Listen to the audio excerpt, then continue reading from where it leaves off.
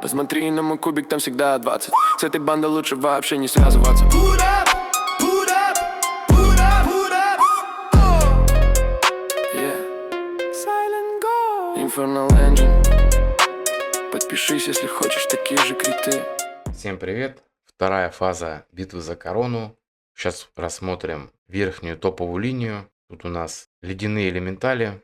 Пока что еще особо не отбивали, но уже наработочки есть. Поэтому рассмотрим некоторые варианты. В основном теория, потому что талантов столько нету, да и времени тоже. Поэтому сейчас приведу примеры команд. Ладно, что, погнали.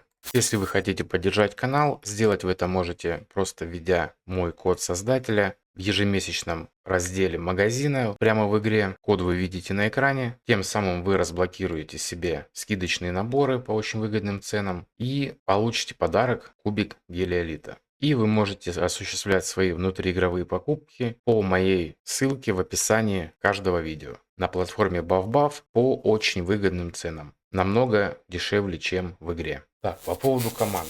Можно, в принципе, бить тем, у кого есть ледяной взрыв. Тут сейчас суть покажу, какая у нас. Я пробовал, у нас даже одна рейта, в принципе, все держит. В прошлом видео я рассматривал вот эту же команду на средних элементалях. И там, в принципе, уже были взяты таланты, на которых я акцентировался. Тут у нас суть какая? То, что босс бафается на защиту. И нам нужно по-любому брать вот эти таланты и на Зороке, и на Шине. Потому что, блин, очень долго будет снимать. Допустим, если одна шина только будет. Вот, поэтому берем на всех двоих и не забываем про точность. То есть Шине тоже надо будет точность. Желательно не 150, а чуть-чуть побольше, конечно. И также Зороку. Вот что-то там за 200. Вот такой вот у меня, кстати, Зорок. Разлом у нас будет вешать рейта, она же будет нас хилить и чистить от дебафов, которые на нас кидают эти боссы. Ну и вот такая вот билдель. Талант я, кстати, беру вот этот, чтобы после ультимейта она сразу же начинала дальше бить своим боевым навыком. Сова у меня вообще по талантам не докачанная, поэтому тут как бы на мой урон смотреть особо смысла нету. Тут мы именно рассмотрим варианты, как правильно команду сюда собрать и уже выжать максимальный урон. Пробовал с Филосией, нет, они не живут, очень тяжело. Но рейта всех выдерживает нормально, кстати. Причем она стоит еще и на передней линии. Сбоку ставим Зорока и желательно, конечно, если будет падать, то просто даем ему больше дефа. Но я этого не делал, он у меня не падает, но это так, подстраховочка. Так как он стоит у нас здесь, если вдруг замечаете, что начинает что-то умирать, то просто повышаем ему выживаемость и, соответственно, теряем за счет этого защиту. Но опять-таки, так как он в этом сете, он будет также раздавать защиту и билдель, которая побежит на переднюю линию. Тут у нас шина, она тоже бафает у нас билдель. В идеале сюда на атаку перчатку поставить, чтобы она бафнула билдель именно на атаку. Тут тоже у меня атака. Вот, как-то так. Сова, как обычно, в допах. Вот этот артефакт просто потому, что он дает шанс крит удара. И, в принципе, все остальные артефакты, которые повышают урон, мы уже на наших героев раздали. Тайминги, в принципе, стандартные. Вот такие я использую. Ничего такого сверхъестественного. Кстати, сюда очень хорошо заходит джин. В принципе, в любую команду, где 1 ДД, и если это не массовики, то очень хорошо заходит джин вместо голема. В случае, к примеру, с призывом, то уже нет. Кстати, по поводу призыва. Тут у меня соклановец набивает очень неплохой урон. То есть, что мы делаем? Если ставить Тиамат, то, допустим, они у него не живут. Но мы меняем Тиамат на Эстайон, и команда уже начинает жить. Соответственно, разлом тоже будет кидать не Бернейт, а именно Эстайон. Минус боссов какой? То, что когда кто-то умирает, они бафаются на нерассеиваемый баф. То есть вот этот баф мы можем снять, но, как мы видим, вот описание Страж Льда получает усиление защиты и усиление атаки при смерти врага. То есть, когда у нас скелетики наши умирают, он тоже бафается, и мы не можем это рассеять. То есть у него куча защиты становится. Но почему именно нам плевать на это? Потому что, скорее всего, если вы идете сюда призывом, то у вас, скорее всего, Лильванис более-менее как-то на пробудах вкачанная, да, либо хотя бы есть артефакт. Тут суть в артефакте, потому что мы начинаем пробивать защиту.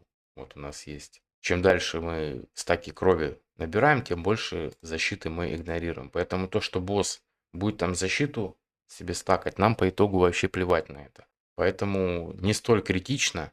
И по поводу расстановки, да, надо выбирать именно по сетам, которые у вас есть. Допустим, вот эта парочка у меня стоит по бокам Лильванис, потому что они бафают ее на урон.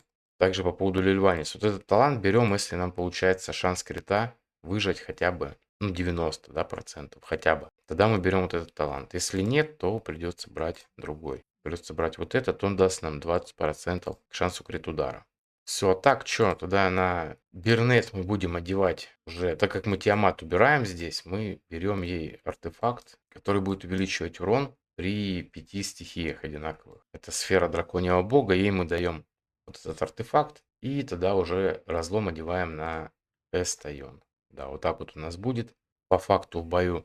Все, вот такая команда стоит, к примеру. По таймингам тоже там подбирайте, потому что у меня Лильванис на пятом пробуждении, у меня, допустим, цикл 15 секунд.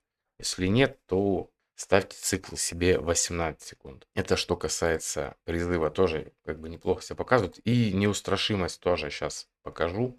Тут есть своя фишка.